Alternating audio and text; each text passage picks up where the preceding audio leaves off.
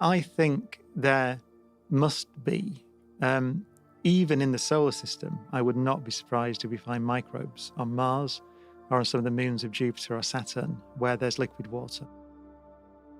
And the reason is, if you think about, the reason I think that, and it's a guess, is because if you look at the history of life on Earth, so Earth formed, there was no life, it was a ball of rock. And almost as soon as it cooled down, we see evidence of life. So certainly 3.8 billion years ago, possibly even further back than that, we see evidence of life on Earth. So somewhere along the line, geochemistry, active geochemistry became biochemistry on Earth.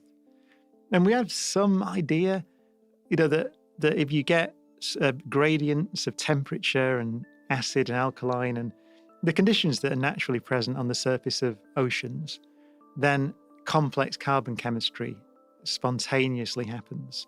So we know that life, almost certainly we know that life began on Earth. I mean, the other option is it came from space or something like that, but it probably didn't, right? It probably began on Earth. So that means that at least here, that happened.